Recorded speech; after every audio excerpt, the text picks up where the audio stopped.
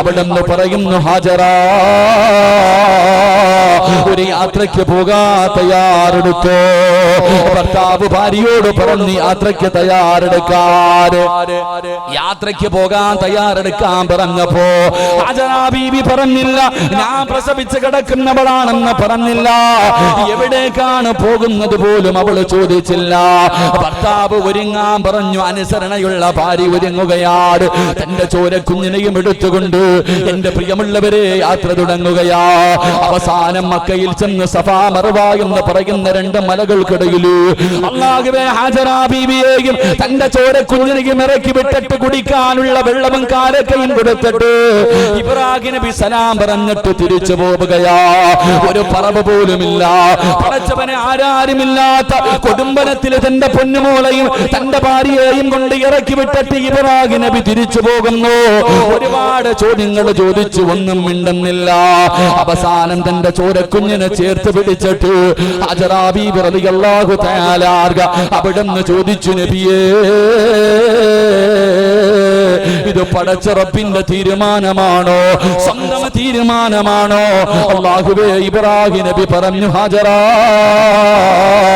ഇത് പടച്ച റബ്ബിന്റെ തീരുമാനമോ?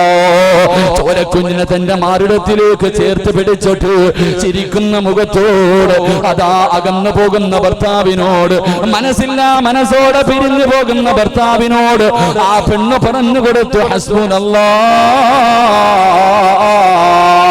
പേടിക്കണ്ട നബിയേ, പേടിക്കണ്ട നബിയേ, എന്റെയും എന്റെ മകന്റെയും കാര്യം അല്ലാഹു ഏറ്റെടുത്തിട്ടുണ്ട്. ഇബ്രാഹിം നബി നടന്നു പോവുകയാണ്. നമ്മളെല്ലാ വലിയ പെരുന്നാളിനും കേൾക്കുന്ന ചരിത്രമാ. അവസാനം കൊല്ലങ്ങൾ കഴിഞ്ഞു ഇബ്രാഹിം നബി തന്റെ പൊന്നുമോന്റെ മുന്നിലേക്ക് കടന്നു വരികയാണ്. മകനോട് വല്ലാത്ത സ്നേഹമാ, മകനോട് വല്ലാത്ത സ്നേഹമാണ്. വാപ്പയും മകനും കടന്ന് കളിച്ച് ചിരിച്ച് സുഖിച്ച് നടക്കുകയാ. ഒരു ദിവസം രാവിലെയുണ്ടല്ലോ ഇബ്രാഹിം നബി തന്റെ 10 വയസ്സിന്റെ താഴെ പ്രായമുള്ള പൊന്നുമോന്റെ മുന്നിലേക്ക് കടന്നു വന്നിട്ട് ആ വാപ്പ തന്റെ പൊന്നാര മകന്റെ കയ്യിൽ പിടിച്ചിട്ട് അവിടെന്ന് ചോദിക്കുന്നു, മോനെ ഇസ്മായില്, അല്ലാഹു നിന്നെ അറുത്തു കൊടുക്കാ പറഞ്ഞിരിക്കുകയാ. എന്റെ പൊന്നുമോന്റെ അഭിപ്രായം എന്താ? 10 വയസ്സിന്റെ താഴെ പ്രായമുള്ള പൊന്നുമോൻ, അല്ലാഹുവേ കൊല്ലങ്ങൾ കഴിഞ്ഞ് തിരിച്ചു വന്ന പ്രിയപ്പെട്ട വാപ്പ തന്റെ പൊന്നുമകന്റെ കയ്യിൽ പിടിച്ചിട്ട് ചോദിക്കുന്നു, പൊന്നുമോന് അല്ലാഹു നിന്നെ അറുത്തു കൊടുക്കാ പറഞ്ഞിരിക്കുകയാ.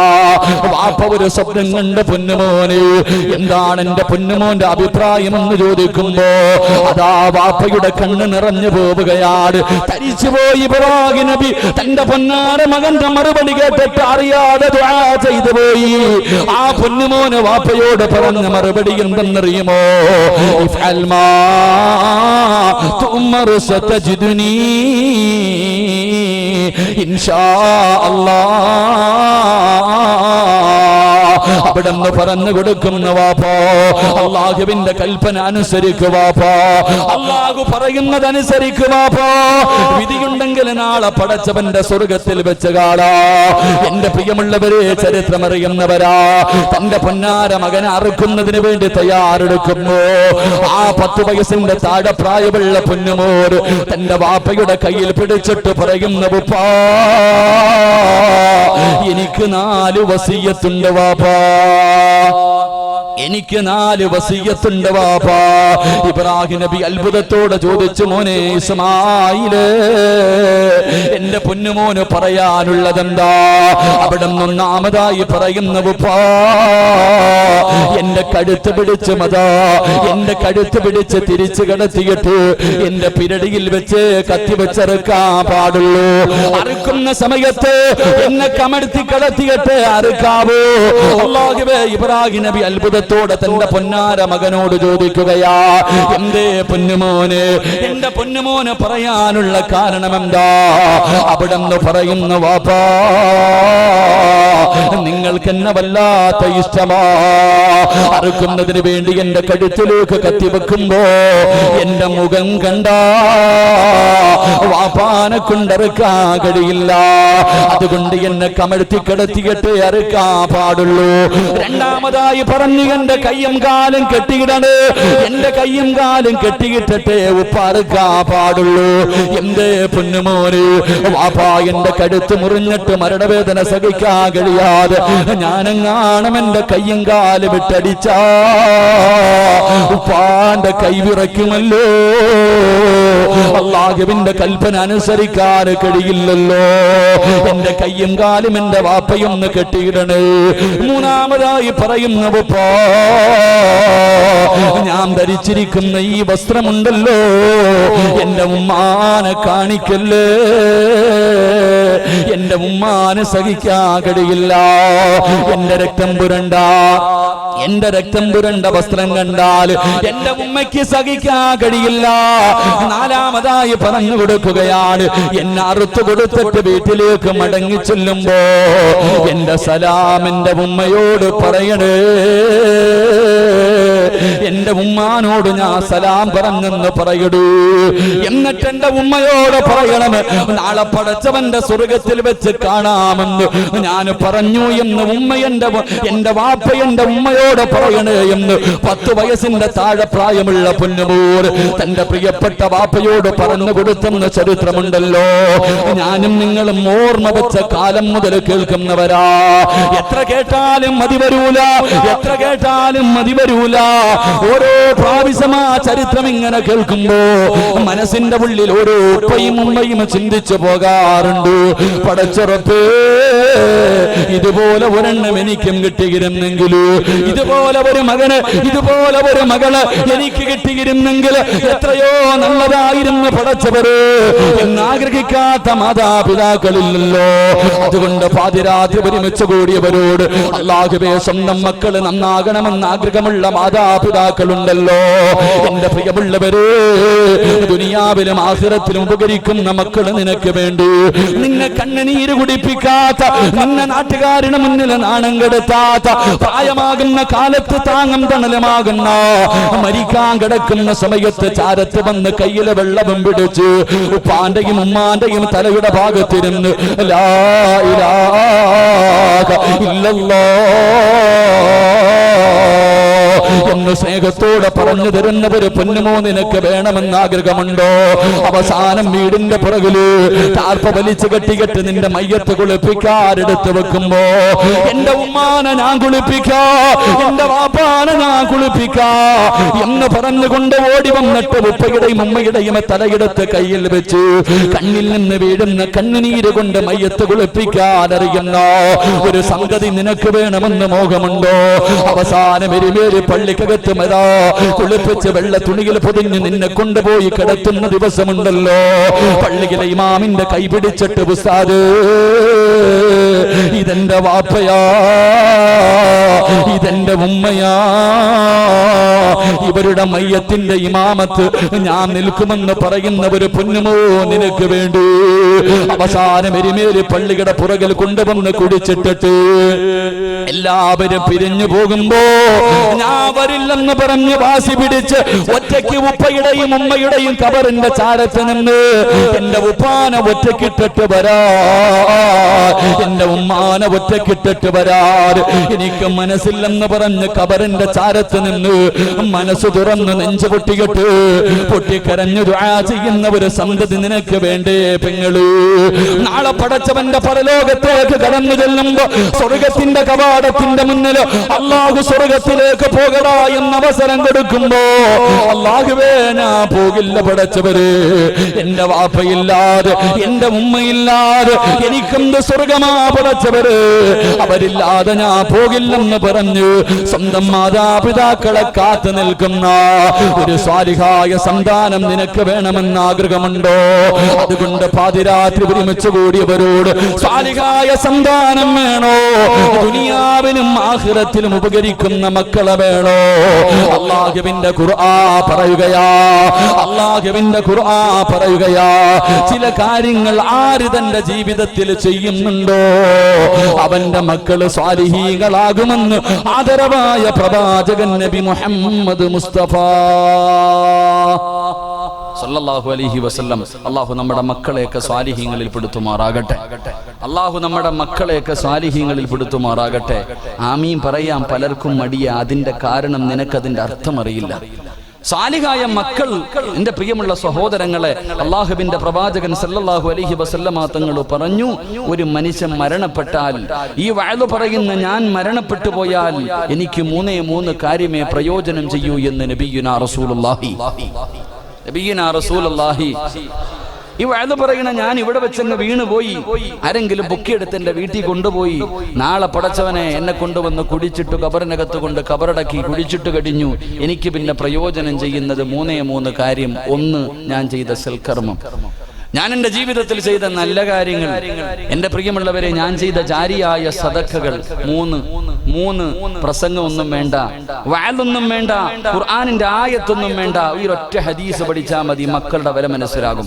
അല്ലാഹുവിന്റെ റസൂൽ സ്വല്ലല്ലാഹു അലൈഹി വസല്ലമ തങ്ങൾ പറഞ്ഞു, മരണപ്പെട്ടു പോയ മനുഷ്യന് ഗുണം ചെയ്യുന്ന മൂന്നാമത്തെ കാര്യം, അല്ലാഹുവിന്റെ റസൂൽ പറഞ്ഞു, ദുആ, സാലിഹായ ദുആ ചെയ്യുന്ന മക്കളാണെന്ന് നബി മുഹമ്മദ് മുസ്തഫ.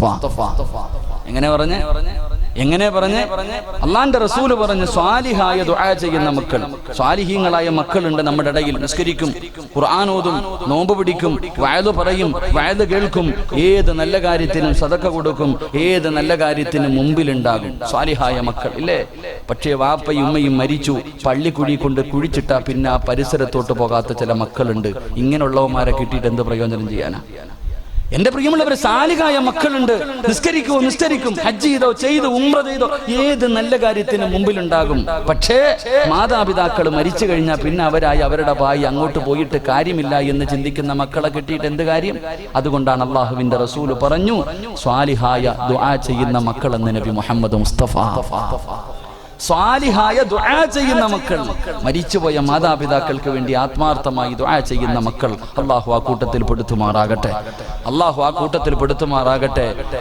ചിലരൊക്കെ താടിക്ക് നീളുണ്ടാകും, നിസ്കാര തഴമ്പുണ്ടാകും, കയ്യിൽ എപ്പോഴും തസ്ബീഹ് ഉണ്ടാകും, കാണാൻ വലിയ തങ്ങളെ പോലെ നടക്കും. പക്ഷേ അവന്റെ ഉമ്മയും ഉപ്പയും ഖബറിൽ കിടന്നിട്ട് യാചിക്കുമെന്ന് നബിയുനാ റസൂലുള്ളാഹി.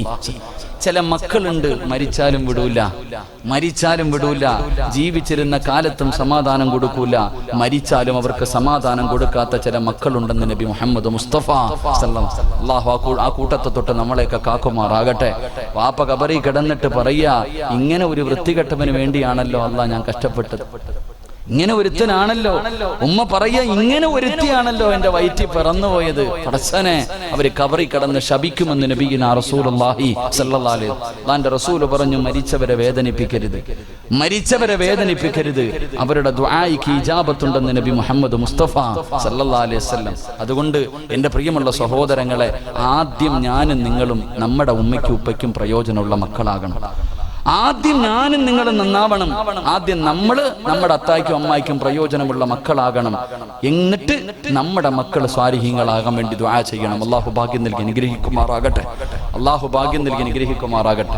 അതുകൊണ്ട് സ്വാലിഹായ മക്കളാകണം, സ്വാലിഹായ മക്കളെ കിട്ടണമെന്ന് ആഗ്രഹമുള്ളവരെന്ന് കൈവക്കിക്ക്. നമ്മളാദ്യം നന്നാവണം, പിന്നെ നമ്മുടെ മക്കൾ. അതിനെന്തിനാ പിശുക്കത്തരാമോ? നല്ലപോലെ പൊക്ക്, പൈസ ഒന്നും അല്ലല്ലോ ചോദിച്ചേ, നല്ലപോലെ. അൽഹംദുലില്ലാഹ്, അല്ലാഹു ഈമാൻ നിലനിർത്തി തരുമാറാകട്ടെ. അതുകൊണ്ട് സ്വാലിഹായ മക്കളെ വെറുതെ കിട്ടൂല, അതാ പഠിക്കണ്ടേ. എന്റെ പ്രിയമുള്ള സഹോദരങ്ങളെ, എല്ലാവർക്കും ആഗ്രഹമുണ്ട് സ്വാലിഹായ മക്കളെ കിട്ടണമെന്ന്, പക്ഷെ ഓസിന് കിട്ടൂല.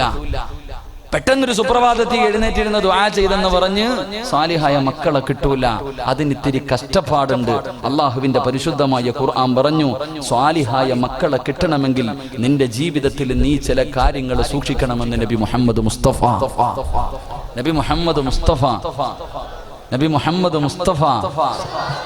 അള്ളാഹു ഭാഗ്യം നൽകി അനുഗ്രഹിക്കുമാറാകട്ടെ. അതുകൊണ്ട് വയലല്ല ഇന്നത്തെ ദിവസം. കാരണം ഈ ഇരിക്കണ ഉസ്താദന്മാർക്കൊക്കെ വയല് പറയാനറിയാം. അപ്പൊ ഇന്നത്തെ ദിവസം ഒരു ക്ലാസ് ആണ്. കാരണം ഈ ഇരിക്കുന്ന മുത്തല്ലിമീങ്ങളുടെ അധികവും മാതാപിതാക്കളെ സദസ്സിലുണ്ട്, അധികം പേരും. അപ്പൊ ഒരു വയലല്ല, ഇന്നൊരു ക്ലാസ് ആയിട്ട് കരുതിയാൽ മതി. ഒരു വയല് പിന്നെ പറയാം, ക്ലാസ് ആയിട്ട് കരുത്. ഇൻഷാ അല്ലാഹ് ഇവിടെ എരുമേലി പള്ളി വയല് വെക്കുമ്പോൾ നമുക്ക് വന്ന് വയല് പറയാം. ഇന്നൊരു ക്ലാസ് മടങ്ങി പോകുമ്പോൾ എന്തെങ്കിലുമൊക്കെ ജീവിതത്തിൽ കിട്ടണം. അള്ളാഹു ഭാഗ്യം നൽകി അനുഗ്രഹിക്കുമാറാകട്ടെ. അതുകൊണ്ട് അള്ളാഹുവിന്റെ വിശുദ്ധമായ ഖുർആൻ പറയുക, സ്വാലിഹായ മക്കളെ കിട്ടണമെങ്കിൽ, ദുനിയാവിലും ആഖിറത്തിലും ഉപകരിക്കുന്ന മക്കളെ കിട്ടണമെങ്കിൽ അള്ളാഹുവിന്റെ പരിശുദ്ധമായ ഖുർആൻ ഒന്നാമതായി പറഞ്ഞു തരികയാണ്. എനിക്ക് വേണ്ട,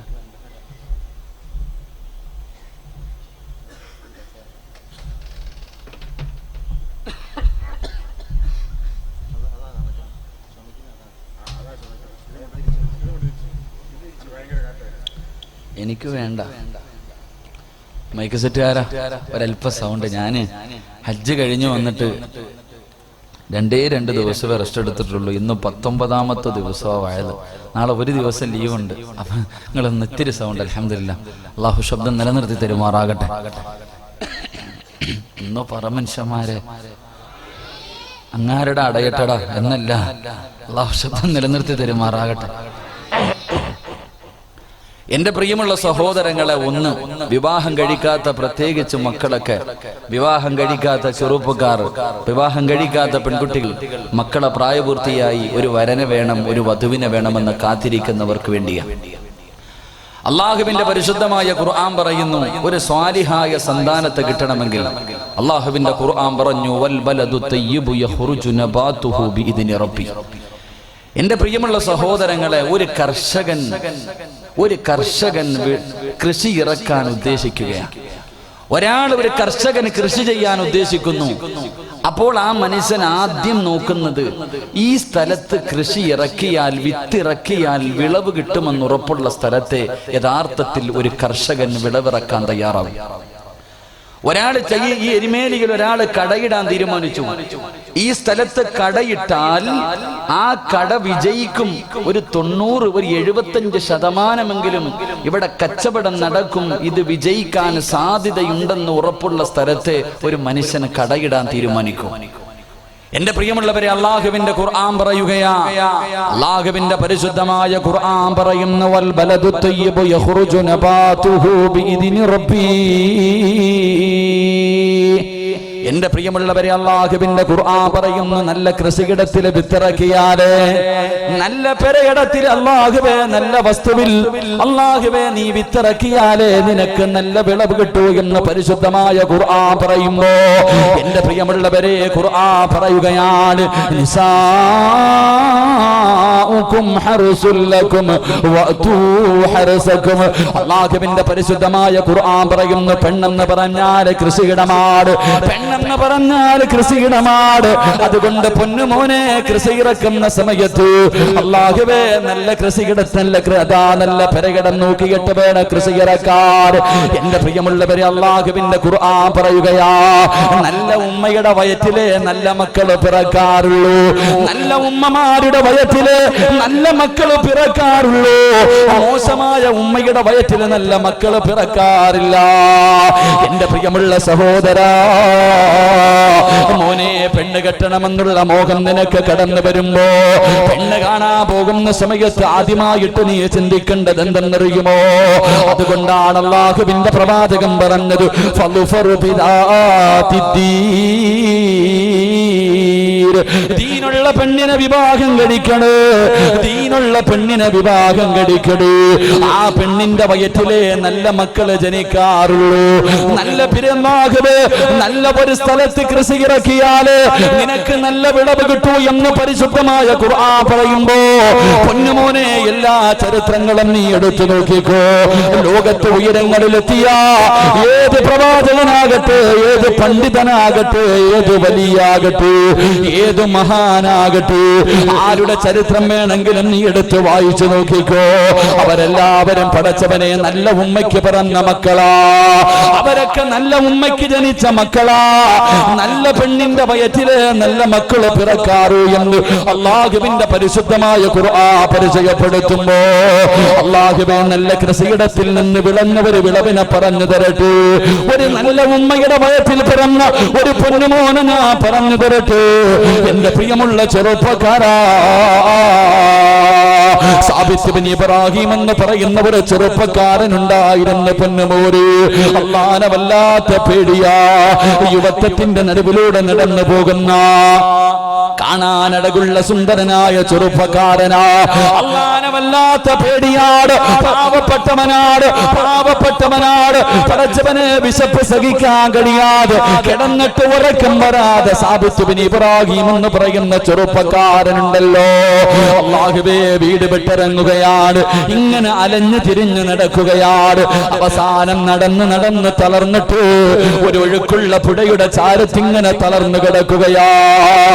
വിശപ്പ് സഹിക്കാൻ കഴിയാതെ ഒരു പുഴയുടെ ചാരത്തിങ്ങനെ തളർന്നു കിടക്കുമ്പോ അല്ലാഹുവേ, വെള്ളത്തിലൂടെ ഒരാപ്പിൾ ഇങ്ങനെ ഒഴുകി വരികയാണ്. സാബിത്ത് ബിൻ ഇബ്രാഹിം ഇങ്ങനെ നോക്കുമ്പോ വെള്ളത്തിലൂടെ ഒരാപ്പിൾ ഇങ്ങനെ ഒഴുകി വരികയാ. വിശപ്പിന്റെ കാഠിന്യത്താൽ സാബിത്ത് ബിൻ ഇബ്രാഹിം എന്ന് പറയുന്ന ചെറുപ്പക്കാരൻ അറിയാതെ ആപ്പിൾ അങ്ങെടുക്കുകയാ. വിശപ്പിന്റെ കാഠിന്യത്താൽ അങ്ങ് കഴിക്കുകയാണ്. തഥാ പകുതി തന്റെ വയറ്റിന്റെ ഉള്ളിലേക്ക് കടന്നു ചെന്നു. പകുതി തന്റെ ആമാശയത്തിലേക്ക് പോയി. അപ്പോഴാണ് പടച്ചവനെ ബുദ്ധി വർക്ക് ചെയ്യുന്നത്. അല്ലാഹുവേ, ഈ തിന്നത് ഹറാമാണല്ലോ പടച്ചവര്.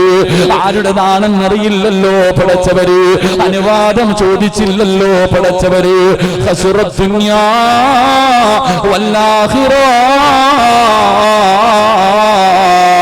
എന്റെ ദുനിയാവും ആഖിറവും നഷ്ടപ്പെട്ടു പോയല്ലോ പടച്ചവര്. വെള്ളത്തിലൂടെ ഒഴുകി വന്ന ഒരു ആപ്പിള് വിശന്ന് തളർന്നു കിടക്കുമ്പോ എടുത്ത് കടിച്ചു പോയതിന്റെ പേരില് തലയിലൂടെ മണ്ണ് വാരികിട്ടാ ചെറുപ്പക്കാരിരുന്ന് കരയുകയാ. ജനങ്ങൾ മുഴുവനും അത്ഭുതത്തോടെ നോക്കുകയാണ്. ഇവന് ഭ്രാന്ത് പിടിച്ചോ എന്ന് ജനങ്ങൾ ഇങ്ങനെ നോക്കുകയാ. അവസാനം സാബിത്ത് ബിൻ ഇബ്രാഹിം എന്ന് പറയുന്ന ചെറുപ്പക്കാരൻ എഴുന്നേറ്റ് ഓടുകയാണ്. പൊട്ടിക്കരഞ്ഞുകൊണ്ട് വിളിച്ചു കൂവിയിട്ട്, എന്റെ നാശമേ,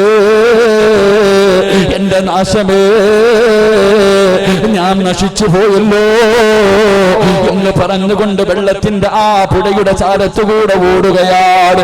അല്ലാഹുവേ, ഓടി അവസാനം ഒരു ആപ്പിള് തോട്ടത്തിലേക്ക് കടന്നു ചെല്ലുകയാ. ആ ആപ്പിളേത് തോട്ടത്തിൽ നിന്നാണ് വീണതെന്ന് കണ്ടുപിടിക്കുകയാ. ഓടി ചെന്ന് നോക്കുമ്പോ അതിനകത്തൊരു മനുഷ്യനിരിക്കുകയാണ്. സാബിത്ത് കരഞ്ഞുകൊണ്ട് ചോദിച്ചു, എനിക്കൊന്ന് പൊരുത്തം തരുവോ? വിശപ്പിന്റെ കാഠിന്യം കൊണ്ട് അറിയാതെ തിന്നുപോയതാ. അവിടെ കിടന്ന് പൊട്ടിക്കിടന്ന് യാചിക്കുമ്പോ ആ മനുഷ്യൻ പറഞ്ഞു, സാബിത്തേ, ഞാനിവിടത്തെ വേലക്കാരനാ, ഞാനിവിടത്തെ ജോലിക്കാരനാണ്. എന്റെ യജമാനന്റെ വീട്ടിലെത്തണമെങ്കിൽ 3 ദിവസം രാവും പകലും നടന്നാലോ എന്റെ യജമാനന്റെ വീട്ടിലെത്തൂ. സാബിത്ത് പറയുന്നു, 3 അല്ല 300 കൊല്ലം നടക്കേണ്ടി വന്നാൽ നടക്കാൻ തയ്യാറാ. അവസാനം അതാ കടിച്ചുപോയ ആപ്പിളും കയ്യിൽ പിടിച്ചിട്ട് അതിന്റെ പകുതിയും കയ്യിൽ പിടിച്ചിട്ട് കരഞ്ഞു വിളിച്ചുകൊണ്ട് സാബിത്ത് ബിൻ ഇബ്രാഹിം എന്ന് പറയുന്ന ചെറുപ്പക്കാർ രാവും പകലും കരഞ്ഞുകൊണ്ട് നടക്കുകയാ. അവസാനം നടന്നു പടച്ചവര് ആ തോട്ടത്തിന്റെ യജമാനന്റെ വീടിന്റെ മുന്നിലേക്ക് കടന്നു ചെല്ലുകയാണ്. അവിടേക്ക് കടന്നു ചെന്നു. ആ മനുഷ്യന്റെ മുന്നിൽ ചെന്നിട്ട് പൊട്ടിക്കരയുകയാ. അവിടെ ചെന്ന് പൊട്ടിക്കരയുകയാണ്, എനിക്കൊന്ന് പൊരുത്തപ്പെട്ടു തരണേ. അവിടെ കടന്ന് അവസാന കരന്നുകൊണ്ട് ചോദിക്കുമ്പോ ആ മനുഷ്യന് മനസ്സിലായി, ഇവന് സാധാരണ ഒരു ചെറുപ്പക്കാരനല്ല, ഇവന് സാധാരണ ഒരു മനുഷ്യനല്ല. ആ മനുഷ്യൻ പറഞ്ഞു, സാബിത്ത്, നിന്റെ വയറ്റിന്റെ ഉള്ളിലേക്ക് കടന്നു പോയാ പകുതി ആപ്പിളിനാ പൊരുത്തപ്പെട്ടു തരണമെങ്കിൽ ഒരു കണ്ടീഷൻ ഉണ്ട് സാബിത്ത്. സാബിത്ത് ഇബ്നു ഇബ്രാഹിം എന്ന് പറയുന്ന ചെറുപ്പക്കാരൻ പറയുകയാണ്, എന്തിനും ഞാൻ തയ്യാറാ, എന്തിനും ഞാൻ തയ്യാറാ. ആ മനുഷ്യൻ പറഞ്ഞു, എനിക്കൊരു പൊന്നുമോളുണ്ട്, നീ അവളെ വിവാഹം കഴിക്കണം.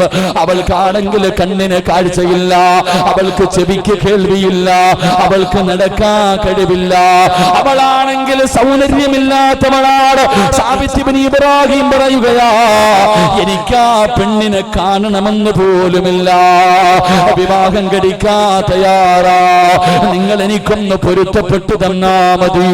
അവസാനം എന്റെ പ്രിയമുള്ള ചെറുപ്പക്കാരാ, സാബിത്ത് ഇബ്നു ഇബ്രാഹിം എന്ന് പറയുന്ന കാണാനിടകുള്ള സുന്ദരനായ യുവത്വത്തിന്റെ നടുവിലൂടെ നടന്നു പോകുന്ന ചെറുപ്പക്കാർ വിവാഹം കഴിഞ്ഞ് മണിയറക്കകത്തേക്ക് കടന്നു ചെല്ലുമ്പോ സുബ്ഹാനല്ലാഹ്, കണ്ട കാഴ്ച എന്തെന്നറിയുമോ?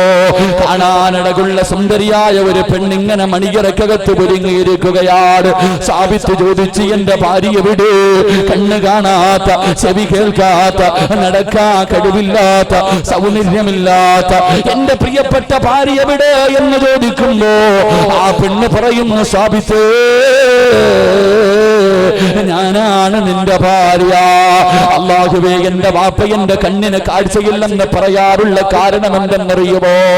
അല്ലാഹു കാണല്ലേ, അല്ലാഹു കാണരുതെന്ന് പറഞ്ഞ ഒരു കാര്യവും ഇന്ന് വരെ ഞാൻ എന്റെ കണ്ണുകൊണ്ട് കണ്ടിട്ടില്ല സാബിത്ത്. അല്ലാഹുവേ, അല്ലാഹുവേ, എടുക്കരുതെന്ന് പറഞ്ഞ ഒരു സാധനം, ഹറാമായ ഒരു കാര്യം ഇന്ന് വരെ ഞാൻ എന്റെ കൈ കൊണ്ടെടുത്തിട്ടില്ല. പോകരുതേ എന്ന് പറഞ്ഞ സ്ഥലത്തേക്ക് ഓർമ്മ വെച്ച കാലം മുതൽ എന്റെ കാലുകൊണ്ട് ഞാൻ നടന്നിട്ടില്ല. അതുകൊണ്ടാണ് എന്റെ വാപ്പ ഇങ്ങനെ പറഞ്ഞതെന്ന് പറയുമ്പോ അള്ളാനെ പേടിച്ച് ജീവിക്കുന്ന ഒരു പെണ്ണായിരുന്നു, അള്ളാനെ പേടിച്ച് ജീവിക്കുന്ന ഒരു പെണ്ണായിരുന്നു. അല്ലാഹുവേ, വെള്ളത്തിലൂടെ ഒഴുകി വന്ന ആപ്പിളിന്റെ പൊരുത്തം ചോദിക്കാൻ പോയ ചെറുപ്പക്കാരൻ, ഇവർ രണ്ടുപേരും കൂടെ ഒരു വിത്തിറക്കി, ഇവർ രണ്ടുപേരും കൂടെ ഒരു കൃഷി ഇറക്കി. ആ കൃഷിയിടത്തിൽ ഒരു വിളവ് കിട്ടി. ആ വിളവാരെന്നറിയുമോ? ആ ഉമ്മയുടെ വയറ്റിൽ പിറന്ന മകന്റെ പേരെന്തെന്നറിയുമോ? ആ വാപ്പയ്ക്കും ഉമ്മയ്ക്കും ജനിച്ച ഒരു മകനുണ്ട്. ആ മകന്റെ പേരെന്തെന്നറിയുമോ? മഹാനായ ഇമാമുനാ അബൂ ഹനീഫ. ആ കൃഷിയിടത്തിൽ നിന്ന് കിട്ടിയ വിളവാ. ആ ഉമ്മയുടെ വയറ്റിൽ പിറന്ന മകനാണ് അബൂ ഹനീഫ റഹ്മത്തുള്ളാഹി എന്ന് ചരിത്രം പഠിപ്പിക്കുമ്പോ, എന്റെ പ്രിയമുള്ള ചെറുപ്പക്കാരാ, നിന്നെ സ്വർഗത്തിൽ കൊണ്ടുപോകുന്ന ഒരു മകൻ നിനക്ക് വേണോ? ഒരു സാലിഹായ പൊന്നുമോള് നിനക്ക് വേണോ? അല്ലാഹുവിന്റെ റസൂല് പറയുകയാ, പെണ്ണ് കെട്ടാനിരിക്കുന്ന ചെറുപ്പക്കാരാ, മക്കളെ കെട്ടിച്ചു കൊടുക്കാനിരിക്കുന്ന മാതാപിതാക്കള്,